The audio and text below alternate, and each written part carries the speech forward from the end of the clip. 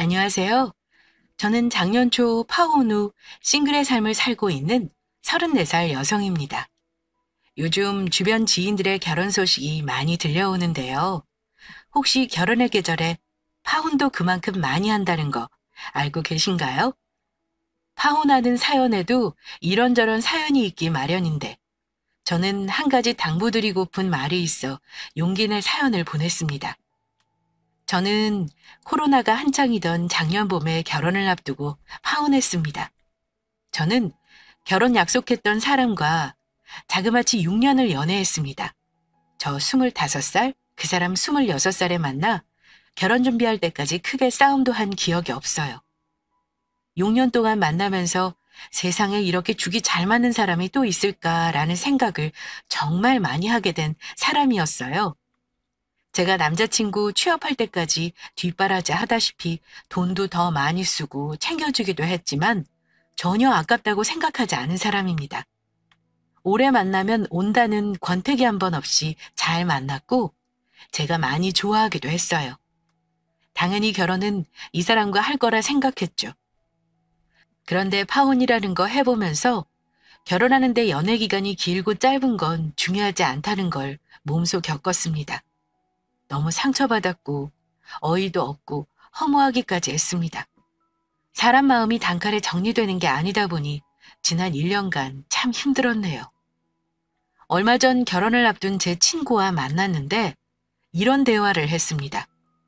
상견례하고 결혼 날짜까지 잡았는데 고민된다면서요. 고민들 들어보니 상대방에 대한 사랑이나 확신이 모자라 결혼을 고민하는 게 아니더라고요. 현실적인 문제인 시댁, 집, 혼수, 경제력 이런 것들이 결혼을 결심한 사람의 마음을 붙잡는 원인이 되더군요. 나는 파혼까지 해봤으니 굳이 너한테까지 결혼하라 떠밀 생각은 없어. 내 생각엔 너 결혼할까 말까 고민하는 자체부터 이미 결혼 글러먹은 것 같은데 대체 이유가 뭐야? 유나야, 글쎄 상견례에 시어머니가 얼토당토하는 요구를 하시잖아. 우리 식구들 그날 집에 와서 완전 초상집 분위기였어. 엄마는 결혼 여기서 없자고 난리시고 내가 아직 결정을 못해서 문제지. 결혼 얘기가 오갔길래 파혼까지 고민하는 거야? 실은 우리가 모은 돈이 얼마 없어서 엄마 소유 아파트에 신혼살림 차리기로 했거든? 내 집 마련할 때까지 보증금 없이 무기한으로 살라고 하신 건데 내가 너무 죄송해서 월 50만 원씩 월세식으로 드리자고 남자친구한테 얘기를 미리 했어. 근데 상견례 때 시어머니가 글쎄 애들이 돈을 준다고 글쎄 그걸 다 받을 생각이냐면서 원래 공짜 전세로 내어주실 생각이었던 정도면 그냥 줘도 되지 않냐고. 그 집을 그냥 주면 안 되겠냐는 거야. 나 참 기가 막혀서 그거 우리 엄마 노후위에서 마련해 놓은 아파트잖아. 우리 집이 부자도 아니고 집이 몇 채씩 되는 것도 아닌데 집 내놓으란 소리를 그렇게 쉽게 할 수 있는 거니? 어머, 참 그 심어도 양심 없네. 자기네가 집 해올 능력도 안 되는 주제에 그냥 고맙습니다 하고 월세 내고 살아도 감지덕지인 거 모르나? 서울 시내 어디 아파트가 월세 50에 살 수 있대? 그래서 넌 어쩔 셈이야? 너무 기가 막혔는데 남자친구가 막 말렸거든? 그래서 우리 엄마가 집을 그냥 주라는 말씀인 거냐 두어 번 물어봤어. 근데 너무 당당하게 맞다면서 예쁘게 키운다 시집가는 선물도 주는 게 좋지 않냐는 거야. 우리 엄마 그렇게는 못하겠다 하고 일어났어. 나중에 상견례를 다시 할지 연락을 주고받자고 하고 헤어졌는데 엄마 아빠는 이 결혼 없자고 난리셔. 네 남자친구는 뭐래? 근데 웃긴 게 뭔 줄 알아? 내 남자친구는 글쎄 자기가 더 불쾌하대. 딸인데 월세 받는 게 더 이상한 거 아니냐고 따지더라. 그래서 내가 그냥 부모 도움받지 말고 우리 대출받자 그랬더니 펄펄 뛰면서 공짜로 살 수 있는데 왜 그러냐면서 나한테 화를 내는 거야. 그 말 듣는데 오만정이 다 떨어진 거 있지? 이게 말로만 듣던 거지근성 뭐 그런 거지. 나 이 결혼 안 하는 게 맞는 거지? 친구야, 이미 정답은 나와 있잖아. 너 불구덩이 속으로 네 발로 들어갈래? 지금 파혼하는 게 훨씬 나아. 나 봐라. 파혼하고 더 잘 살잖아. 저도 사실 제 재산 탐내는 예비 시댁 때문에 파혼한 거라 친구 결혼 말리고 싶더라고요. 제 친구는 결국 결혼하기로 한 사람과 결혼을 접었습니다. 제 친구의 이야기긴 하지만 비슷한 문제로 다투다 결혼하지 못하고 헤어지는 커플이 생각보다 참 많아요. 몇십 분도 안 돼서 끝나는 결혼식장에 들어가는 과정이 참 멀고도 험한 과정을 거쳐야 하는 거더군요. 어쨌든 제 얘기로 다시 돌아와서요. 저의 집안은 간단히 말씀드리자면요. 저희 아빠는 군인 출신이세요. 지금은 퇴직하셨고 엄마와 작은 식당 운영하십니다. 군인 외벌이에 저와 제 동생 뒷바라지 하느라 많이 빠듯하셨을 거라 생각해요. 그래도 엄마 알뜰함 덕분에 돈 걱정 안 하고 사십니다. 노후도 다 마련해 놓으셨고요. 제 소개를 간단히 하자면 저는 대학 졸업하고 나서 회사 다녀본 경험이 없습니다. 운 좋게 처음 시작한 사업이 성공해서 지금 서울에 7억짜리 작은 아파트 하나랑 경기 남부 쪽에 아파트 2채 소유하고 있어요. 부동산 자산만 15억 정도 됩니다. 제 배경을 꼭 말씀드려야 파혼 이유도 설명할 수 있을 것 같아 제 사연 들어주시는 분들께 감히 솔직하게 말씀드려 봅니다. 서울 아파트는 제가 10년 동안 모은 돈으로 대출 없이 마련한 100%제 자산입니다. 나머지 경기도 아파트는 대출이 30% 껴있어요. 차도 8천짜리 외제차 대출 없이 사서 끌고 다닙니다. 대신 사업을 하다 보니 현금이 늘 회전시키는 탓에 당장 굴릴 수 있는 여유자금은 5천 정도입니다. 부모님 도움 안 받고 거기서 결혼자금을 다 해결할 생각이었어요. 저는 이 정도면 결혼할 때 숙이고 들어갈 필요 없는 스펙이라 생각했습니다. 남자친구는 그냥 회사원이에요. 대기업은 아니지만 그래도 복지 좋고 퇴직 보장되는 회사입니다. 연봉은 6천 정도 된다고 들었어요. 차는 구형 국산차고 아직 가족과 살고 있습니다. 모은 돈은 제가 듣기론 4천 정도였고요. 경제적인 부분은 결혼 준비하면서 대략적으로 알게 된 거지만 남자친구에게 저의 모든 재산을 오픈하지는 않았습니다. 왜냐하면 남자친구 쪽에서 요즘 반반 결혼을 많이 한다면서 동등하게 결혼하는 걸 얘기했기 때문이에요. 그래서 저도 굳이 여유 있는 쪽에서 많이 해가야겠다고 하지 않았고요. 결혼 준비하면서 비슷하게 맞춰갈 생각이었습니다. 재산이야 어차피 결혼하면 다 알게 될 거고 또 제가 결혼 전 모은 재산을 결혼한 후 남편과 나눌 생각은 전혀 없었기도 했고요. 남자친구는 제 정확한 재산에 대해서는 몰라요. 처음 만나기 시작할 때 서울 아파트 장만하려고 돈 모으느라 데이트 비용 아끼자 했던 건 압니다. 제가 그 아파트 장만할 때 10년간 모은 돈으로 집 산다고 누누이 말했던 터라 아마 그 아파트만 있는 줄 알았을 겁니다. 제가 늘 똑똑한 체하며 그 아파트를 뿌듯해했었거든요. 서울 변두리고 평수가 작긴 해도 어쨌든 샀을 때보다 많이 오른 것도 남자친구가 알고 있고요. 반면 남자친구는 집안이 그렇게 여유롭진 않았어요.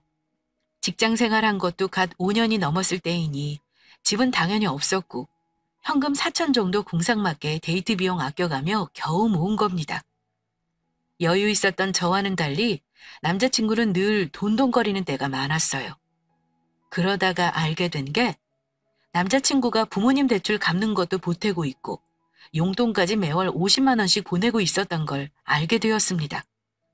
부모님 병원비, 건강검진 비용, 명절 용돈, 생신 용돈. 남자친구 아버지가 남자친구 차를 사용하고 있어서 차 세금이랑 보험금, 심지어 각종 과태료 등등 자질구레한 것까지 본인이 다 내고 있었습니다. 그러면서 자기 월급으로 힘들었는지 가끔 저한테 신세 한탄한 적도 있었어요. 여자들은 시집가면 끝인가 봐. 우리 누나들 말이야. 진짜 너무한 거 아니야? 아들만 자식이냐고. 아니 결혼해서 살림 빠듯하다고 부모님 용돈도 잘 안 보내주고 나한테 다 맡겨버리니까 나도 너무 힘들어. 내가 결혼해서 이 월급으로 살려면 정말 까마득하다. 투잡이라도 뛰어야 할 판이야. 누나들이 단돈 10만 원도 안 보낸단 말이야? 그럼 지금 모든 생활비를 자기가 다 부담해? 월급이래봤자 월 300이 고작인데 결혼하고 그걸로 생활이 안 될 것 같은데? 그래도 네가 나보다 많이 버니까 정말 다행이다. 안 그랬으면 우리 결혼할 생각은 못 하는 거지 뭐. 서울에 너 집도 있잖아. 그거 많이 올랐던데 그걸 팔면 여유자금도 몇 억 생기겠다. 그렇지. 그전까지는 아무 생각 없다가 결혼 준비하면서부터는 돈 없다는 뉘앙스의 말을 들으면 마음이 걸리더라고요. 아예 자기 버는 돈은 부모님 생활비로 저당 잡히는 게 당연한 듯 하라는 것 같아 기분이 영 좋지 않았고요. 그런 말 들으니까 예비 시부모가 과연 노후는 준비해 놓았을까 걱정이 되는 거예요. 오빠, 물어볼 게 있는데 기분 나빠하지 말고 대답해줘. 우리 부모님은 노후 준비 완벽하게 되어 있어서 나중에 자식들한테 손 일절 안 벌릴 거라 그러셨어. 혹시 자기 부모님은 노후 준비는 잘 되어 있으신 거야? 보험 같은 건 어떻게 들어놓으신 건지 알고 있어? 하고 직설적으로 물어봤습니다. 그랬더니 나야 모르지. 부모님 노후를 내가 알아야 해? 보험은 내가 내드리고 있어. 실비랑 안보험은 있지. 이러는 겁니다. 그래서 제가 놀라서 아니 왜 몰라? 부모님 재산이나 빚은 몰라도 대충 분위기 보면 알잖아. 부모님이 노후 대책에 대해서 자식들한테 아예 말을 안 하셨다고? 했더니 갑자기 정색하면서 부모님 노후 준비를 내가 어떻게 알아? 그리고 내가 부모님 돈 많은지 적은지 주머니 사정을 속속들이 안다고 달라지는 게 있어? 너는 왜 그렇게 속물 같은 소리를 하냐? 우리 부모님 노후 준비 안 돼서 너한테 기댈까 봐 물어보는 거야? 내가 속물이 아니라 당연히 결혼할 상대방 부모님 노후라던가 생활비라던가 궁금할 수 있는 거 아니야? 결혼하면 내가 같이 부담해야 할 수도 있는 거잖아. 한마디로 지금 상황이면 오빠 앞으로 딸내 식구가 2명이란 얘기고 결혼하면 내가 같이 부양해야 하는 건데 왜 내 질문을 오빠나 부모님 재산이랑 노후에만 초점을 맞춰서 기분 나쁘다고 해? 내가 물어본 의도는 그런 게 아니잖아. 저는 솔직히 남자친구의 반응이 이해가 안 되는 겁니다. 아무리 결혼을 둘이서 하는 거라지만 자식한테 나중에 손 벌리지 않을 만큼의 경제력도 중요하다고 생각하거든요. 결혼하기 전에 상대방 부모님 경제력 궁금한 건 당연한 거 아닌가요? 저는 제가 속물 같은 사람이라고 생각하지 않습니다. 그런데 남자친구는 부모 생활과 노후는 어느 정도 자식이 감당해야 하는 의무라고 생각하고 있다는 걸 그때야 알았습니다. 그때부터 결혼 준비를 하면서 여러 가지 현실적인 문제들로 다투는 일이 가끔 생기기 시작하더라고요. 그러다가 양가에 인사하고 나서부터는 갈등이 더 깊어졌습니다. 솔직히 객관적인 상황만 놓고 보면 제가 더 좋은 조건인 건 확실합니다. 이건 제 사연 듣고 계신 구독자분들도 동의하실 거라 생각해요. 저는 재산도 있고 친정 가족 때문에 골치 아플 거리도 없었으니까요. 그래서 남자친구 집에서는 감히 저를 싫어할 거라고 전혀 생각 못했습니다. 그런데 남자친구 집안에 인사하러 갔을 때 알았어요. 그 집에서는 저를 전혀 다른 의미로 부족하게 생각한다는 걸요. 아마 제가 아파트 가지고 있는 거랑 사업을 해서 월 수입이 꽤 된다는 걸 남자친구 부모님은 알고 계셨을 겁니다. 남자친구가 저 인사하러 가기 전에 자랑하듯 말했을 거라 생각해요. 예비 시부모 처음 만나서 식사하면서 이런저런 얘기를 나누다가 신혼집 문제를 먼저 꺼내신 건 남자친구 어머니였습니다. 이름이 요나라고 했지? 우리 현성이랑 오래 만나고 내가 알고 있어. 사업한다고 들었는데 웬만한 월급쟁이보다 나은가 봐? 서울에 아파트도 미리 장만해놨다고 들었는데 맞니? 그럼 결혼하면 신혼살림은 네 아파트에 차릴 생각이야? 하고 물으시는데 제 생각을 말씀드렸습니다. 사실 그 아파트가 좀 작고 오래돼서 신혼살림을 거기다 넣을 수 없을 것 같았거든요. 신혼인데 그래도 가정 같은 건 좋은 거 장만하고 싶은 게 여자 마음이잖아요. 네, 있긴 한데 좀 작아요. 19평이고 지금은 제가 혼자 사는데도 집이 좀 꽉 차거든요. 그래서 결혼하면 제 아파트는 새 놓으려고요. 저희 친정 부모님 살고 계신 별내 쪽에 평수 높은 신축 아파트에서 살 생각이에요. 하고 대답했습니다. 그런데 그 대답을 들은 예비 시모 얼굴이 좀 차갑게 굳어주더라고요. 그럼 신혼집은 결국 우리 아들도 돈을 보태야 하는 거구나? 네가 집이 있어서 무주택자로 청약 넣는 것도 못할 텐데 하필 아파트가 신혼살림도 안 들어갈 정도로 작은 걸 산 거니? 그럼 현금은 한 어느 정도 결혼자금으로 쓸 생각이야? 5천 정도 생각하고 있어요, 어머니. 뭐, 5천? 택도 없이 부족한 금액이구나. 신혼집 넓은 평수로 가려면 그래도 몇 억은 필요할 텐데 현금이 5천뿐이면 그걸로 대체 뭘 할 수 있겠어? 하시며 제 앞에서 계속 한숨을 쉬시는 겁니다. 옆에 있던 남자친구가 자기 엄마 한숨 쉬는 거 보면서 끼어들어 말하더라고요. 엄마, 유나랑 내 돈이랑 같이 합치면 영혼까지 끌어모아서 대출받을 거야. 엄마가 왜 그걸 걱정해요? 걱정 말라니. 현성아, 네 누나들을 봐라. 큰 누나 은행 다니고 둘째 누나 교사면서 알뜰하게 모아 결혼할 때 대출 하나 없이 시작했잖니? 근데 결혼한다는 애가 고작 현금이 5천밖에 없다는 게 걱정이 안 되겠어? 부자지간 대화 듣고 있는데 제가 죄인이 된 것 마냥 주눅이 들고 어쩔 줄을 모르겠는 겁니다. 그런데 듣다 보니까 점점 기분이 이상해지더라고요. 그게 제가 미안해하고 굽히면서 해야 할 결혼인가 싶어서요. 벌이는 뭐 말할 필요도 없이 제가 3배는 더 벌고 혼수며 살림이며 몇 가지 빼고는 다 제가 지금 쓰고 있는 가구나 가전으로 들어놓을 텐데 말입니다.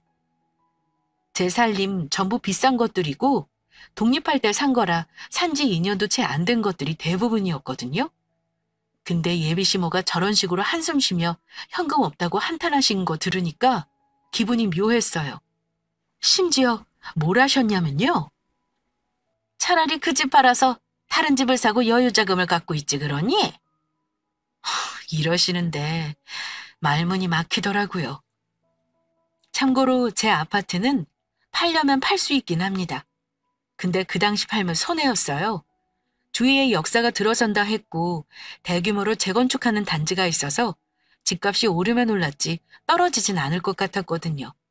근데 넌지시 그 집을 팔았으면 하는 기색을 내비치시길래 기분이 좀 그랬습니다. 게다가 제가 타고 온 차를 트집 잡기까지 하셨어요. 너는 나이도 어린애가 건방지게 저런 외제차를 샀어? 그걸로 알뜰하게 결혼자금 쓸 생각을 했어야지. 하나를 보면 열을 알지. 저거 혹시 대출 잔뜩 끼어있는 차 아니니? 할부로 샀을 거 아니야? 하시길래 아니요 어머니 저건 할부 안 하고 제 돈으로 산 제 차예요. 사업하려면 솔직히 보이는 것도 중요해서요. 그래서 저한테는 필요한 겁니다. 그랬더니 어머니가 더 언성을 높이며 한 소리 하시더라고요. 세상에 저런 차를 현찰로 샀으면 그게 더 손해다. 그 큰 돈으로 다른 거에 투자했어야지. 아니면 현금으로 가지고 있던가.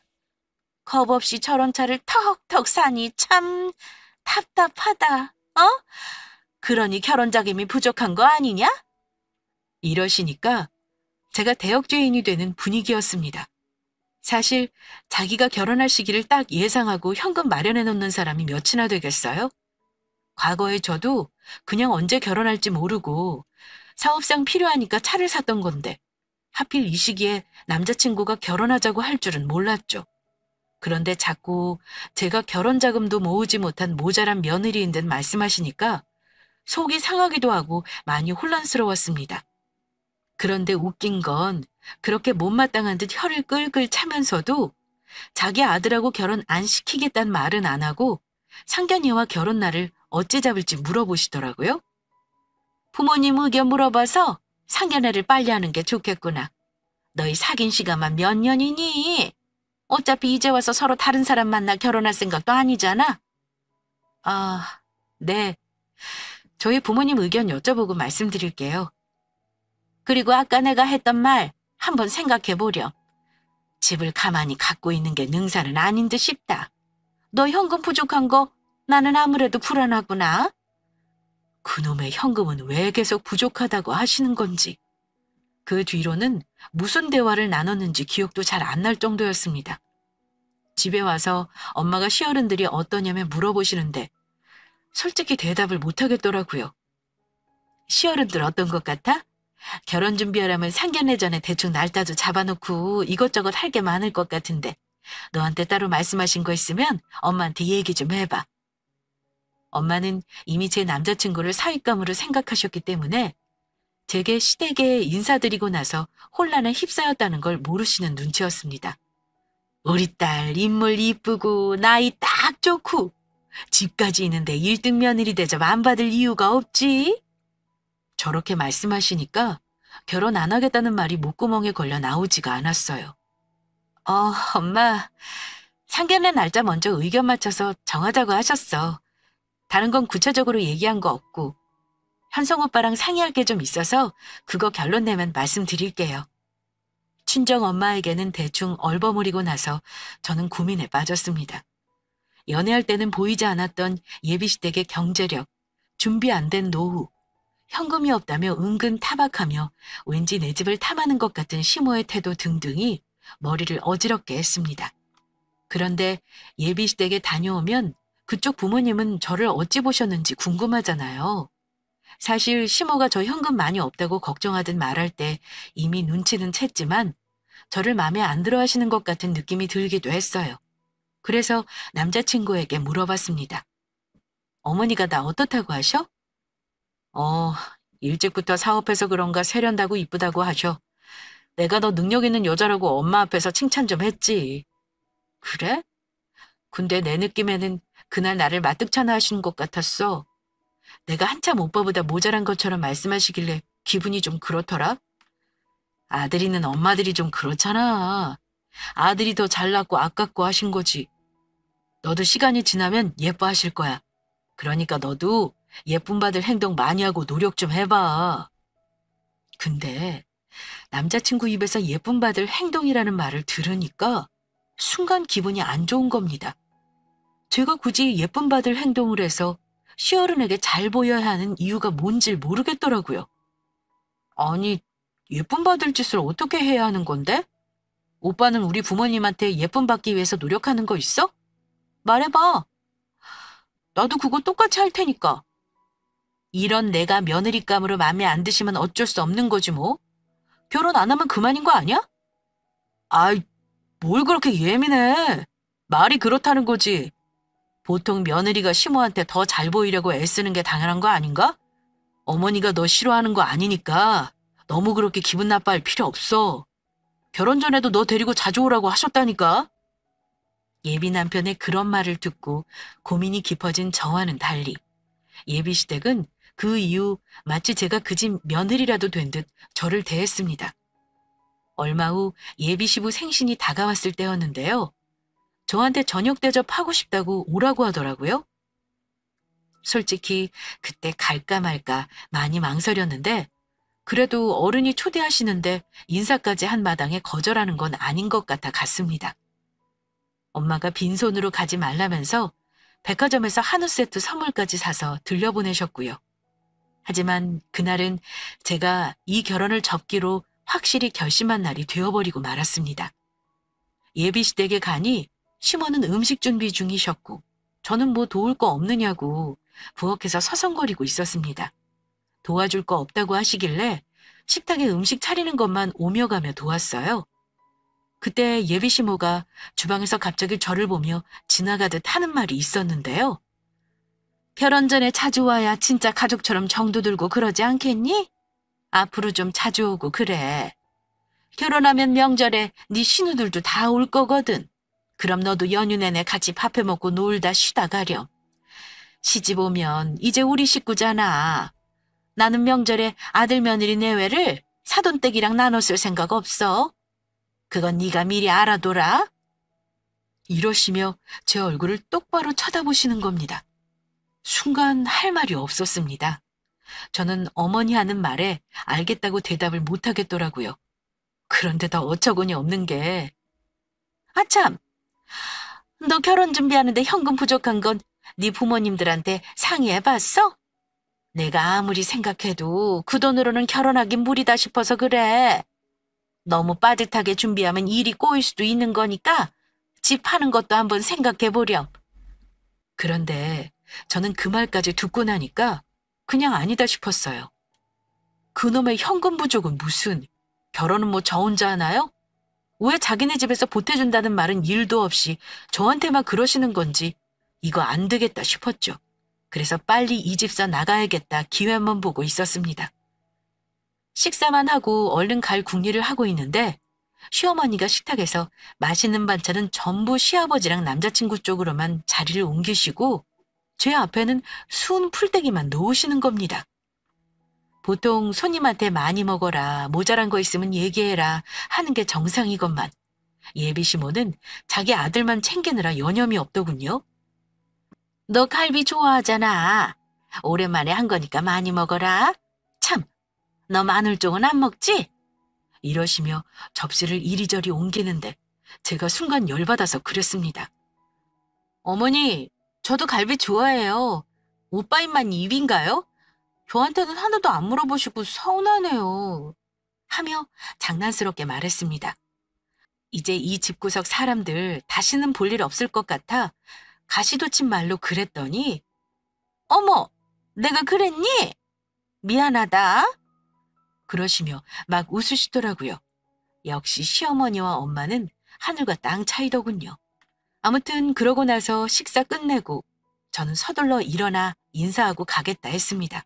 그런데 어머니가 결혼 문제로 이런저런 상의할 것들이 많은데 왜 벌써 가냐며 싸늘하게 말하시길래 나중에 남자친구 통해 듣겠다 해버리고 나왔습니다. 기분이 상했던 저는 남자친구가 운전하는 차에서 말없이 있었습니다.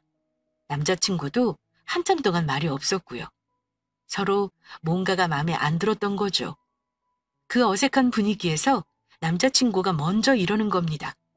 엄마가 더 있다가 가라고 붙잡았는데 꼭 그렇게 억지로 가겠다고 한 이유가 뭐야? 그냥 어머니 말에 네네 하고 맞장구 좀 쳐드리지 그랬어. 자주 와서 점수 좀 따놓고 하면 좋잖아. 그러길래 솔직히 대답했습니다.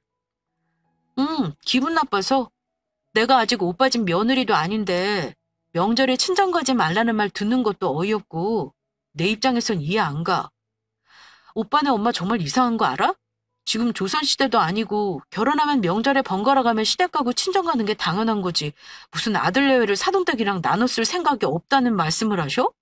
친정 가지 말라는 말이잖아.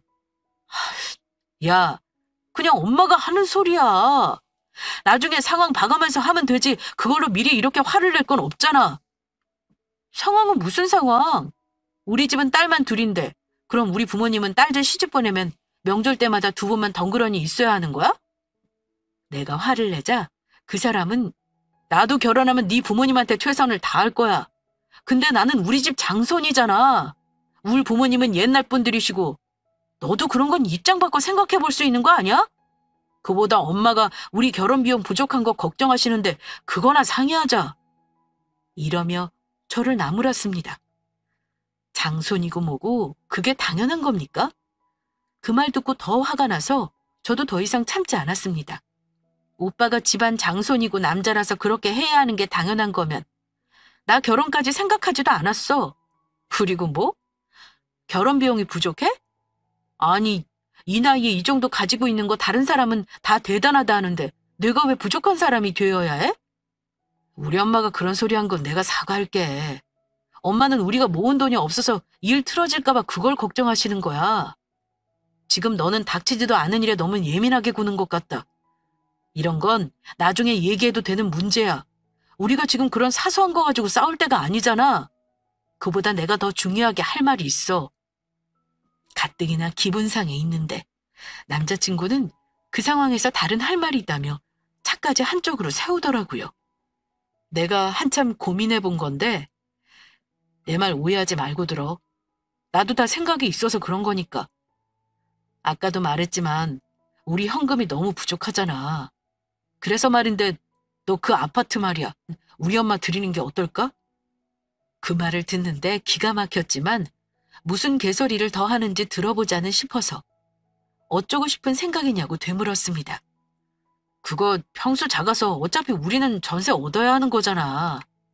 그럴 바엔 우리가 엄마 집으로 들어가고 그 집을 우리 부모님한테 살게 해드리는 건 어떨까 해서 말이야. 엄마는 그 집 팔아서 여유자금도 가지고 있는 게 어떠냐고 하시는데 지금 파는 건 너무 아깝잖아. 그럼 그냥 바꿔 살기만 하자는 거야? 그것도 생각해봤는데 그냥 네 집은 우리 엄마한테 등기 이전해드리면 좋겠어. 제 아파트가 자기네 거랍니까? 왜 남의 재산을 지들이 팔고 말고 상의하며 바꾸네 만회하는지 이해가 안 가더라고요. 오빠 부모님 집 시세 얼만데? 3억짜리 집에 대출도 있다며. 그럼 우리가 그 집 들어가서 빚 갚으면 살라는 거잖아. 그게 대체 무슨 도둑놈 심보야? 우리 부모님이 그거 허락하실 것 같아? 난 절대 싫으니까 못 들은 걸로 할게. 뭐? 너 이게 앞날을 위한 큰 투자라고 생각 안 해? 우리 부모님이 뭐 천년만년 사시냐고. 어차피 돌아가시면 다시 우리 거 되는 거잖아. 너 그 아파트 들이면 우리 엄마한테 점수 따고 결혼 생활 내내 이쁨 받고 사는 거라니까. 그리고 전세 얻느라 대출 안 받아도 되잖아. 아파트 들이고 나서 오빠랑 나랑 막말로 이혼하게 되면? 그럼 그 아파트 돌아놔 줄 거야? 아니잖아. 말도 안 되는 소리 하지 마. 야, 너 정말 이럴 거야? 나도 너랑 결혼하고 싶어서 이런 말 하는 거야. 솔직히 우리 엄마 너 등치 크고 기세 보인다고 별로 마음에 안 들어 하셔. 너랑 결혼하는 거 말리셨다니까? 근데 생각도 안 해보고 바로 거절이냐? 생각도 안 해볼 거면 나도 더 이상 할 말 없어. 그냥 때려치우자. 그 사람 입에서 먼저 결혼 때려치자는 말이 나오길래 저도 바로 말해줬습니다. 때려치자는 거지? 내가 바라던 바야. 우리 그냥 파혼하자. 뭐 7억짜리 내 집을 오빠 엄마한테 주자고? 내가 부족한 게 현금이면 오빠는 재산 자체가 턱없이 부족해. 당신네 집은 예의랑 염치가 부족한 집안이고 당신 집안 정말 거지근속 쩐다. 너 말 다 했어? 나는 네가 우리 엄마한테 잘 보일 수 있는 방법 얘기해 준 것뿐이야. 네가 싫다면 어쩔 수 없지. 너 정말 결혼 깨는 거 후회 안 할 자신 있어? 후회 좋아하네. 땅 치고 후회하는 사람은 내가 아니라 오빠가 될걸? 나는 오늘 가서 부모님한테 다 말씀드릴 거야. 이 결혼 안 할 거라고. 오빠도 알아서 말하고 여기서 끝내자. 우린 인연이 아닌 것 같아. 결혼은 없었던 걸로 해. 내 집에 오빠 물건들이나 당장 찾아가. 서로 다툼 끝에 헤어지기로 했습니다. 물론 결혼도 없던 일로 하기로 했고요. 씩씩거리며 집에 와서 저는 집에 있는 남자친구 물건들을 싹 정리해서 싸놓았습니다. 마음 같아선 내다버리고 싶었지만요. 그 후 그놈으로부터는 며칠간 연락이 없었고 저는 격양된 마음을 가라앉히고 생각을 차분히 해봤습니다. 그러자 헤어짐에 대한 생각은 더 명확해지고 제가 당했던 상황들이 객관적으로 보이더라고요. 이미 답은 정해져 있었습니다. 이대로 끝나는 것도 나쁘지 않았죠. 그냥 서로 손해볼 거 없이 마음만 정리하면 그만인 거니까요. 그런데 남자친구 놈이 찾아왔더라고요. 어차피 한 번은 겪어야 할 일인 것 같아서 만났습니다. 저는 남자친구 물건을 돌려주면서 헤어지자 얘기했고요. 그랬더니 그놈이 정윤아, 너는 그동안 사귄 게 다 아무것도 아닌가 봐. 아주 정리가 쉽다. 이렇게 헤어지면 누가 더 손해인 것 같아? 남자는 손해볼 거 없어. 나야 지금이라도 너보다 어리고 괜찮은 여자 만날 수 있거든? 근데 그 말 들으니까 너무 화가 나는 겁니다. 그냥 깔끔하게 헤어지면 될 것을 누가 누구 보고 손해니 뭐니 하는지 참 졸렬하다 느꼈습니다. 그런 놈한테는 나도 똑같이 대해줄 필요가 있었죠.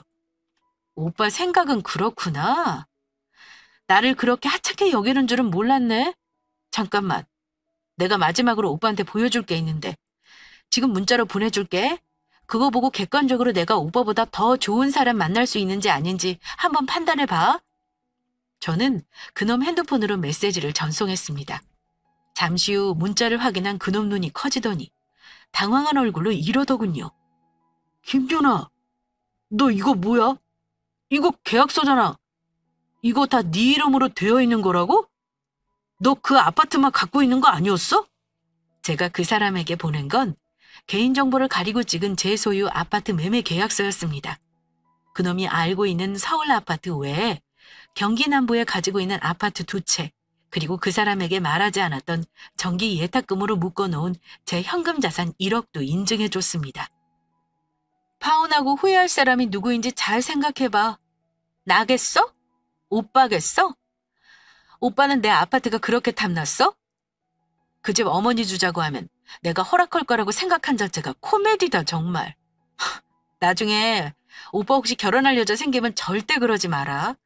아무리 오래 사귀었다지만 내 재산은 오빠 거가 아니잖아. 무슨 권리로 줘라 마라 해? 야, 너야말로 그동안 나 속인 거네. 이렇게 돈 많으면서 없는 척하고 너야말로 나한테 그 오랜 세월 사기친 거 아니야? 내가 돈 없다 돈 없다 궁상 떨 때 너 속으로 겁나 비웃었겠다. 너는 나를 처음부터 안 믿었던 거네. 그러니까 네 재산 투명하게 오픈도 안 하고 나한테 거짓말한 거잖아. 난 거짓말한 적 없어. 그냥 말을 안 했을 뿐이야. 그 아파트는 내가 오빠랑 사귈 때 산 거니까 오빠도 알았던 거고. 그러는 오빠는 나한테 재산이며 가지고 있는 빚이며 다 솔직하게 말한 거 있어? 결혼할 때 돼서야 말한 거잖아. 빚 있는 거. 말 안 한 건 사기친 거 아니냐? 개거품 물며 저보고 사기쳤다는 그 사람 얼굴 보니까 그나마 남아있던 정도 뚝 떨어졌습니다. 짐이고 뭐고 다 불태워버릴 것을 고작 저런 꼴 보겠다고 저 인간 짐을 뭐하러 고이고이 싸뒀던 걸까요? 저도 참 미련했죠? 저랑 파혼하지 않았다면 그게 다 자기 거가 될 거라 생각해서 그런 걸까요? 그 사람은 길길이 날뛰었습니다. 어쨌든 파혼 먼저 하자고 한 건 오빠야. 오늘 와서 나한테 한 말 잘 생각해봐. 오빠 자존심 되게 센 사람이잖아? 이제 와서 내 재산 보고 잘못했다 용서해달라 뭐 이딴 말 할 사람 아니라고 생각해? 오빠 엄마한테 떡하니 집 한 채 줄 그런 여자 어딘가 있겠지. 어리고 착하기까지 한 애 찾으려면 힘들긴 하겠다. 어디 한번 잘 찾아봐. 오고 가는 말이 점점 과격해지자 안 되겠다 싶어 부모님께 연락해 와달라 부탁했습니다. 부모님이 도착해 그 사람을 내보내고 나서야 싸움은 끝났네요. 그 인간은 어지간히 억울했나 봐요. 눈물까지 보이며 가는데 제 눈에는 그 눈물이 슬픔의 눈물이 아니라 막 분하고 억울한 눈물로 보였어요. 그래도 그 사람이 본성이 아주 못돼 먹은 사람은 아니라 나중에 사과는 하더군요. 그러면서 다시 생각해 볼 수 없겠냐고 한번 툭 던지는데 당연히 저는 단칼에 거절했고요. 저도 싸우면서 말 심하게 한 부분은 미안하다고 했습니다. 이렇게 그럭저럭 6년간의 연애는 평화롭게 끝이 났네요. 뭐가 그리 좋아서 저런 놈 6년이나 만났냐 하실 수 있는데 분명 장점도 많은 사람입니다. 그건 주변 사람들도 다 인정하는 부분이고 사회적인 평판도 좋은 사람입니다. 저랑 깨져도 아마 다른 여자 금방 만날 수 있을 거예요. 다만 장점은 장점일 뿐이니까요. 결혼하면서 저렇게 가치관이 안 맞는 부분은 극복하기 힘들다는 생각입니다. 내가 피땀 흘려 마련한 재산을 마치 과자 하나 주듯 자기 엄마한테 주자고 하는 남자가 여러분은 이해가 가시나요? 연애할 때 저런 생각 가진 거 알았으면 결혼 말 나오기 전에 진작에 끝냈을 겁니다. 좋을 때 잘해주고 다정한 건 당연한 거니 그런 건 제 사연에 굳이 넣지는 않았어요. 하지만 저희도 긴 세월 연애하면서 좋을 때도 분명히 있었습니다. 하지만 인간이 좋다고 해서 남자로서도 좋을 수 없다는 걸 새삼 깨달았네요. 예비시댁이 될 뻔했던 곳이랑은 딱히 말 섞기 싫어서 그 이후 연락처 차단했어요. 헤어짐은 남인데 이제 거기도 저랑 상관없는 남남이잖아요. 어차피 그 인간도 끝난 문제는 칼같이 잘 끊는 사람이라 저한테 연락 안 오게 자기 부모한테는 알아서 잘 설명하겠죠. 저는 파혼하고 나서 역시 결혼은 저의 길이 아닌 것 같다는 생각이 들었어요. 친구들도 그맘때쯤 결혼을 많이 했거든요. 사연 처음 말씀드렸듯 그중에 한 친구 예비시댁이 저와 비슷한 거지근성 시댁이길래 친구 결혼도 뜯어 말렸던 거고요. 생각보다 저 같은 이유로 파혼하는 사람이 많은 것 같아요. 저는 그냥 결혼은 포기하고 당당하고 씩씩하게 솔로의 생활을 맞이하렵니다. 내년에는 사업이나 더 잘 꾸려가려고요. 다가오는 추운 계절 건강관리 잘하시고 마음은 늘 따뜻하시길 바라며 제 사연은 여기서 마무리하겠습니다. 감사합니다.